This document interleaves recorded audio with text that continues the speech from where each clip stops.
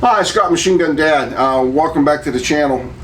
We're doing the Gants today here, and this is a 9130. It's a PW Arms import. It's in really good shape.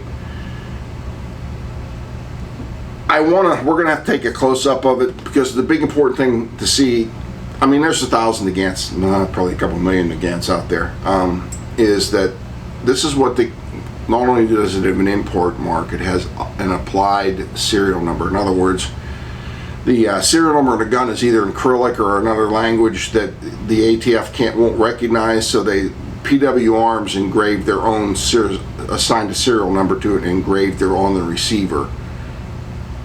Let's move in close and we'll show you the details.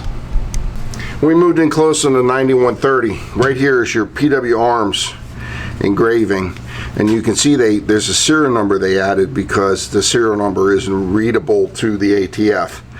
I'm going to roll it over, and here's the actual Russian serial number and the Russian wartime proof markings. This is a rounded receiver, so this is later in the production, not the octagon receiver. And you can also notice that the machining in here is really not that good. It's kind of rough, but it's functional. It's Russian. There's really nothing special to see besides that, so let's move back out. Well, you saw it up close. I guess we're going to have to go out and see if it works.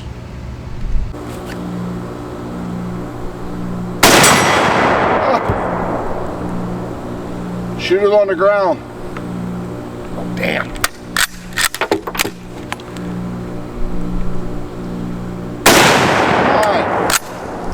Unless you hit it and skipped up into the hill.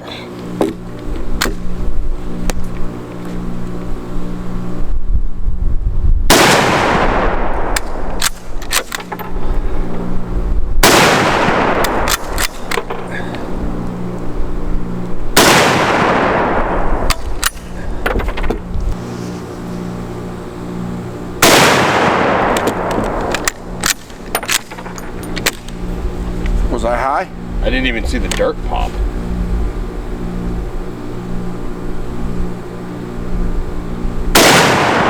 A little low and right. A little low? Low and right.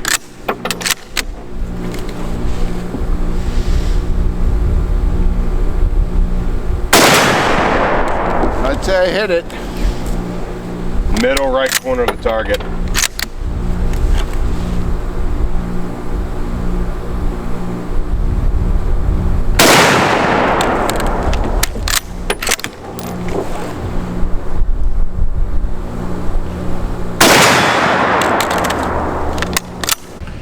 Hey, you just saw us shooting this 9130, the PW Arms import. Nick, you're up. Once again, it's a good old-fashioned World War II era bolt action. They're tried and tested and proven. They're very good firearms. We did have a couple issues when shooting it today, simply due to the fact that the action got a little stiff. It would catch just before unlocking. He said that he's thinking it's due to overpressure and the cases expanding in the chamber. But other than that, this gun shot great. It is a little bit of a shorter barrel, so it recoils a little more sharply than I would have thought. I really like that hooded front sight. It lets you pick up that target nice and crisp. The trigger is surprisingly good.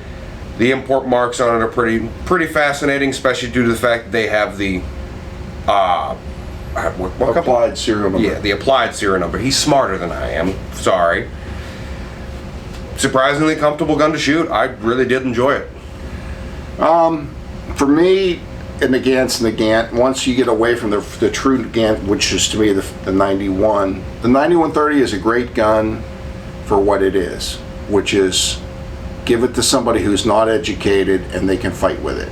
And that's exactly what you have here. I think one of the problems we had with it is I've not fired this gun since I bought it in 2009. It obviously is a used gun, but it's a very lightly used gun. And Nick isn't used to treating a gun like, he's used to a Marlin. He's not used to one of these old bolt actions where you got to slap it around a little bit and let you know you love it. So, it is a good gun. I'm not sure they're worth the $500, $600, $700 they're bringing now. When they were 99 bucks, they were definitely worth it. I'm not sure they're worth it for what they charge for them now. But if you want to get into collecting World War II guns, you really can't go wrong with a 9130. They're fun to shoot. The ammo's not outrageously expensive. We were shooting surplus ammo, so we've got a couple hours of cleaning, but it's a nice piece of history. Unfortunately, this one doesn't have the history of the 91 I have with all the different proof marks from the different armies we had. There's no way to prove, if this saw action or not. The bluing's pretty much intact. I'm going to say that this was probably a reserve rifle. But thanks for coming to the channel. Thanks for watching us shoot it. Like, subscribe, comment, all that other good stuff. See you soon.